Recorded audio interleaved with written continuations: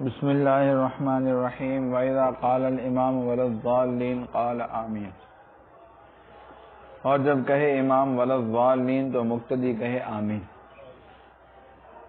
ٹھیک، قال امام کہے آمین، وَيَقُولُهَا الْمُؤْتِمُّ، اور وہ مقتدی بھی اس کا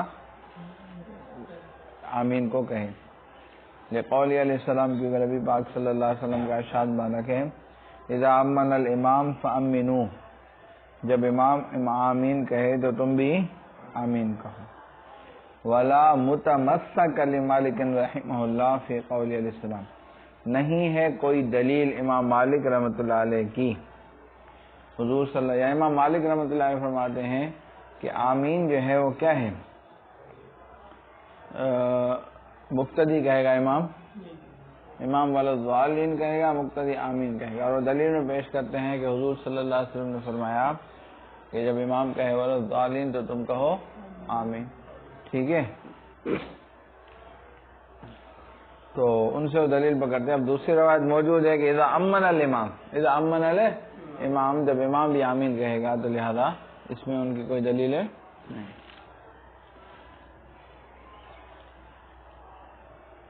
کیونکہ اس کے آخر میں بھی ایک اور چیز ہے کہ امام بھی اس کو کہتا ہے۔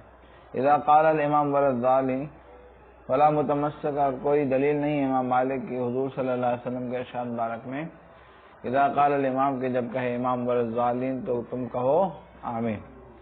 من حیث القسمہ، تقسیم کے حیثیت سے، تقسیم کے اعتبار سے وہ کہتے ہیں امام کی تقسیم میں ضالین ہے اور مقتدی کی تقسیم میں آمین۔ کیوں دلیل نہیں ہے ان کی؟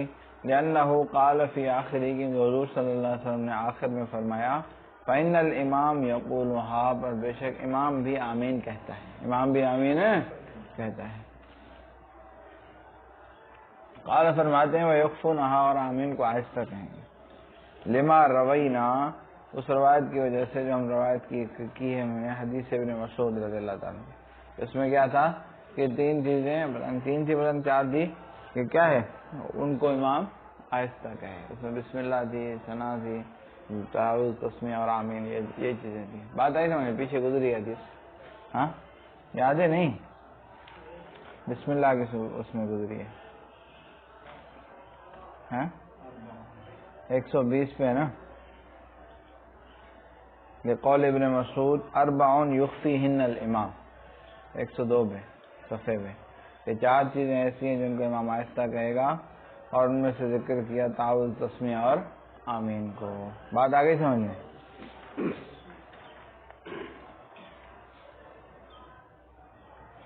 بات آ گئی سمجھ میں؟ جی۔ وَلِأَنَّهُ دعا، اور آمین کیا ہے؟ دعا ہے، استجب، اے اللہ دعا قبول کیجیے۔ اور دعا میں کیا ہے؟ قرآن مجید میں ہے کہ ادعوا ربک تضرعا وخفیہ، آگے کیا ہے؟ ہاں دون الجہر من القول، وہ کہاں ہے؟ خیفتاً ہے وہاں پہ،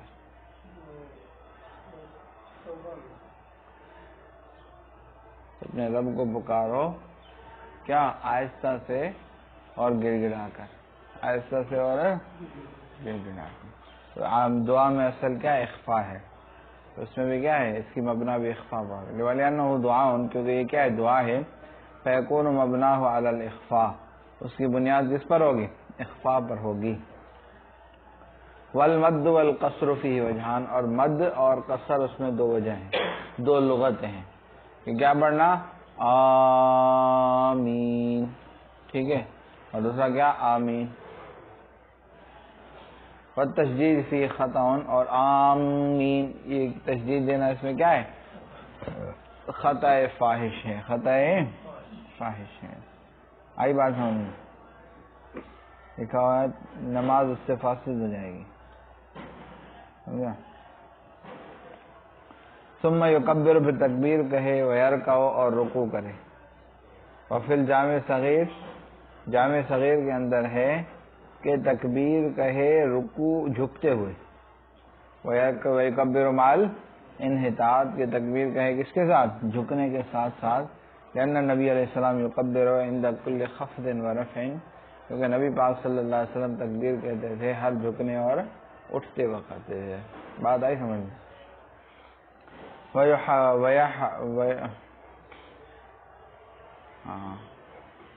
وَيُحْذِفُ التَّكْبِيرَ حَذْفًا، اور حذف کرے تکبیر کو حذف کرنا ہے، تکبیر کو خواہ لمبا نہ کرے. لأن المد فی اول خطأ، کیونکہ اول میں مد دینا اللہ اکبر یہ کیا ہے؟ خطا ہے.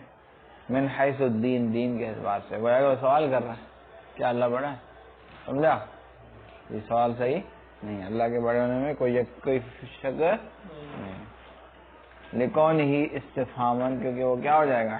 استفہام ہو جائے گا. وفی آخر ہی، اور آخر میں مد کرنا جو ہے لہن ہے لغت کے اعتبار سے. لغت کے اعتبار سے کیا ہے کہ کیا اللہ اکبار، اکبار کہے تو یہ صحیح نہیں. اسی طرح جو ہمارے یہاں پہلی رکعت میں اوپر اٹھتے ہیں تو لمبا کرتے ہیں نا، اس کو بھی لمبا نہیں کرنا چاہیے، اس کو بھی لمبا، سمجھا کہ نہیں؟ پہلی رکعت میں جب اوپر اٹھنا ہوتا ہے تو لمبی تکبیر کہتے ہیں تاکہ مقتدی کو پتہ چلے کہ امام اوپر اٹھے گا، اور جب تیار میں بیٹھتے ہیں تو چھوٹی کہتے ہیں تاکہ. یہ بھی ہمارے استاد منع کرتے تھے کہ اس طرح نہیں کرنا چاہیے، بلکہ برابر کا سب، سمجھا. لیکن لمبی بندہ جو ہے نا وہ آہستہ کر دے، لمبا نہ کرے. مثلا وہ کہتا ہے اللہ اکبر، ٹھیک ہے، اور اوپر اٹھے اللہ اکبر، ایسے لمبا کرے، سمجھا. زیادہ اللہ اکبر بھی نہ ہو جائے، سمجھا. اس میں کیا ہے اللہ اکبر، اس میں کیا ہے اللہ اکبر. زیادہ لمبا نہ ہو، مد نہ ہو، مد تک نہ پہنچے. اتنا تو بندہ کہہ سکتا ہے نا قاری صاحب.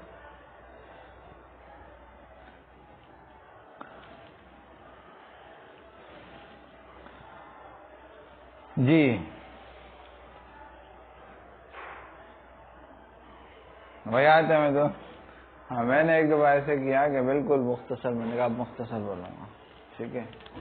میں پہلی رکعت میں مختصر اللہ اکبر کہہ کے کھڑا ہو گیا، سارے سبحان اللہ کہنے بیٹھے گا، امام کھڑا پھر اوپر کھڑے. اس طرح تیات میں سے جو ہے نا وہ بہت دفعہ ہوا، لوگوں کو پتہ نہیں چلا، آدھے بیٹھے آدھے کھڑے ہوئے. میں نے کہا بس ایسا تھوڑا مختصر اشارہ ہونا چاہیے بس، سمجھ گئے نا انٹر جی. جی ویاتا میں تو بھی ہی، اور ٹیک لگائے اپنے ہاتھوں کے ساتھ اپنے گھٹنوں پر. وہی فرق جو بین اصابعہ، اور کیا ہے کشادگی کرے اپنی انگلیوں کے درمیان. یہ اصابعہ ہوگا اصابعی ہوگا بے ہاں ای کیوں؟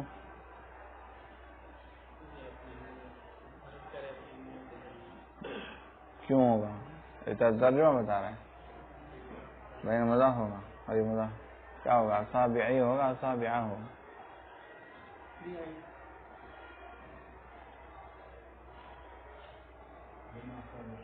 اچھا بیعہ، بیعہ کیوں ہوگا؟ زیر ہوگا، بیعی ہوگا نا، پھر بیعہ کیوں ہوگا؟ تو وہ کیا بول رہا ہے؟ فتح بول رہا ہے. کیوں؟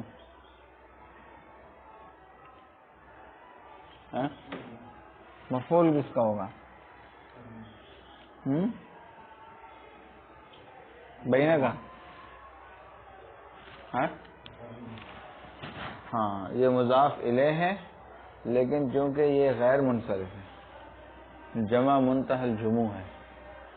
آئی بات سمجھ میں کہ جمع منتہی الجموع میں الف ہوتا ہے، الف کے بعد ایک حرف مشدد ہو جیسے دواب، اور ایک یا کیا ہو دو ہوں دونوں متحرک ہوں جیسے مساجد و اصابع، یا تین ہو اور پہلا بیچ والا ساکن جیسے مسابیح ہو، سمجھا. اور جمع منتہی الجموع دو صحف کے قائم مقام ہوتا ہے، ایک جمع منتہی الجموع اور دوسرا الف ممدودہ، یہ دو صحف کے قائم مقام ہوتا ہے، سمجھے. تو بین اصابع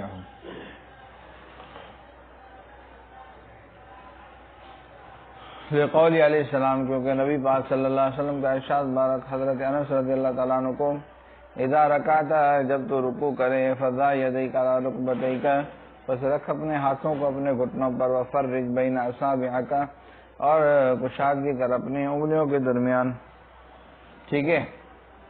ولا یندب الی التفریج، اور نہیں مستحب ہے انگلیاں کھولنا مگر اسی حالت میں، پوری نماز میں صرف رکوع میں انگلیاں کھولے گا، باقی کسی رکوع میں انگلیاں نہیں کھولنی، نہ تکبیر میں نہ کسی اور میں، سمجھا؟ لیکن امکن من الاخذ، تاکہ زیادہ پکڑنے میں زیادہ قوت ہو۔ ولا الی الضم، اور نماز کے کسی رکن میں انگلیاں ملانے کا حکم نہیں ہے مگر سجدے کی حالت، ٹھیک ہے، باقی تمام حالتوں میں انگلیاں اپنے حال پہ چھوڑنی ہے، سجدے میں ملانی ہے، رکوع میں کھولنی ہے، باقی تمام حالتوں میں اپنے حال پہ چھوڑ۔ وفیما وراء ذلک یترک علی العادہ، اور ان کے علاوہ میں، یعنی رکوع اور سجدے کے علاوہ میں عادت پر چھوڑا جائے گا۔ ویبسط ظہرہ، اور بچھائے یعنی پیچھے سیدھا رکھے اپنی پیٹھ کو، کیونکہ نبی پاک صلی اللہ علیہ وسلم کان اذا رکع، جب آپ رکوع فرماتے تھے تو بسط ظہرہ، اپنی پیٹھ کو بچھاتے تھے۔ ولا یرفع راسہ، اور نہ رکوع میں سر اٹھا کے رکھے اور نہ جھکا کے رکھے، بلکہ پیٹھ کے بالکل سیدھے میں۔ لأن نبی صلی اللہ علیہ وسلم، کیونکہ نبی پاک صلی اللہ علیہ وسلم اذا رکع، جب آپ رکوع فرماتے تھے نہ جھکاتے تھے اپنے سر کو، نہ اٹھاتے تھے، سمجھا؟ یقول، اور کہے، سبحان ربی العظیم ثلاثا، 3 مرتبہ، وذالک ادنی، اور یہ کم سے کم مقدار ہے، یہ قول علیہ السلام، کیونکہ حضور صلی اللہ علیہ وسلم کا ارشاد مبارک ہے، اذا رکع احدکم فلیقل فی رکوعہ سبحان ربی العظیم، جب رکوع کرے تم میں سے کوئی ایک، پس چاہیے کہ کہے اپنے رکوع میں سبحان ربی العظیم ثلاثا، کتنی مرتبہ؟ وذالک ادنی، تو آپ نے فرمایا یہ ادنا مقدار ہے، ای ادنا کمال الجمع، یعنی کمال جمع کی ادنا مقدار ہے، سمجھا؟ کہ جمع 3 سے کم نہیں ہوتا۔ ثم یرفع راسہ، پھر اپنا سر اٹھائے رکوع سے، ویقول، اور کہے، سمع اللہ لمن حمدہ، امام کہے، ویقول المؤتم ربنا لک الحمد، اور مقتدی کہے ربنا لک الحمد، ولا یقول الامام عند ابی حنیفہ رحمہ اللہ، اور نہیں کہے گا ربنا لک الحمد امام ابو حنیفہ رحمۃ اللہ علیہ کے نزدیک، صاحبین کہتے ہیں کہ امام کہے گا لیکن اپنے دل میں، زبان سے نہیں۔ لما روا ابو ہریرہ رضی اللہ تعالیٰ عنہ، اس وجہ سے کہ روایت کیا ہے ابو ہریرہ رضی اللہ تعالیٰ عنہ نے کہ ان نبی صلی اللہ علیہ وسلم کان یجمع بین الذکرین، کہ بے شک نبی پاک صلی اللہ علیہ وسلم آپ جمع فرماتے تھے دونوں ذکروں کے درمیان۔ وَلِأَنَّهُ، اور عقلی دلیل یہ ہے کہ امام حرض غیرہ، دوسروں کو ترغیب دے رہا ہے کہ حمد کہو، کہ سن لیا اللہ نے جس نے اس کی حمد کی، کہ تم بھی حمد کہو، ترغیب دے رہا ہے نا یہ، ٹھیک ہے۔ وَفَلَا يَنْسَى نَفْسَهُ، لہذا اپنے آپ کو نہ بھولے۔ امام ابو حنیفہ رحمۃ اللہ علیہ کے نزدیک حضور صلی اللہ علیہ وسلم کی دلیل، حضور صلی اللہ علیہ وسلم کا ارشاد مبارک ہے، جب کہے امام سمی اللہ لمن حمدہ، پس تم کہو ربنا لک الحمد، تقسیم ہے نا یہ، ہذی قسمۃ، یہ تقسیم ہے، وانھا تنافی الشرک، یہ کیا ہے؟ شرکت کے منافی۔ ولہذا لا یأتی المؤتم بالتسمیع، اسی وجہ سے نہیں لاتا مقتدی سمی اللہ لمن حمدہ کو، ہمارے نزدیک امام شافعی کا اس میں اختلاف ہے۔ ولأنہ یقع تحمیدہ، کیونکہ امام کے ربنا لک الحمد کہنے میں لیٹ لگے گی نا، امام تو سمیع اللہ لمن حمیدہ کہے گا تو مقتدی فوراً ربنا لک الحمد کہہ دیں گے، اب امام ربنا لک الحمد کہے گا تو امام کی ربنا لک الحمد مقتدی کی ربنا لک الحمد کے بعد آئیں گے، اور یہ خلاف موضوع ہے کہ امام کو پہلے ہونا چاہیے، مقتدی کے بعد تحمید المقتدی، مقتدی کی تحمید کے بعد، وہ خلاف موضوع الامامہ، وہ امامت کے موضوع کے خلاف ہے، سمجھا؟ ہاں، ما روا، اور جو اس کو روایت کیا ہے یعنی امام ابو حنیفہ رحمۃ اللہ علیہ سے، محمل علی حالت الانفراد، محمول ہے علی حالت الانفراد، انفراد کی حالت میں، کہ اکیلے میں آپ صلی اللہ علیہ وسلم نماز پڑھتے تھے تو دونوں کہتے تھے اور ہم بھی کہتے ہیں، والمنفرد، اور منفرد جمع کرے گا ان کے درمیان، صحیح روایت میں، اگرچہ روایت کیا گیا ہے اکتفا کرنا تسمیع پر اور روایت کیا گیا ہے تحمید پر، لیکن صحیح وہی بات ہے کیا کہ دونوں کہے گا، مقتدی کیا کہے گا، اور کیا دونوں؟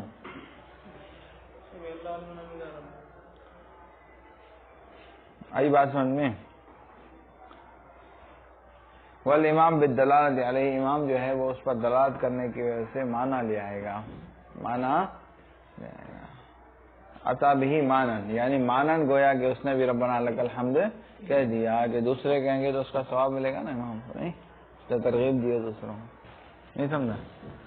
چلو بھائی صلی اللہ تعالیٰ علیہ، 2 صفحے ہو گئے، ہاں صلی اللہ تعالیٰ علیہ سیدنا محمد وعلی آلہ وصحبہ اجمعین برحمتک یا ارحم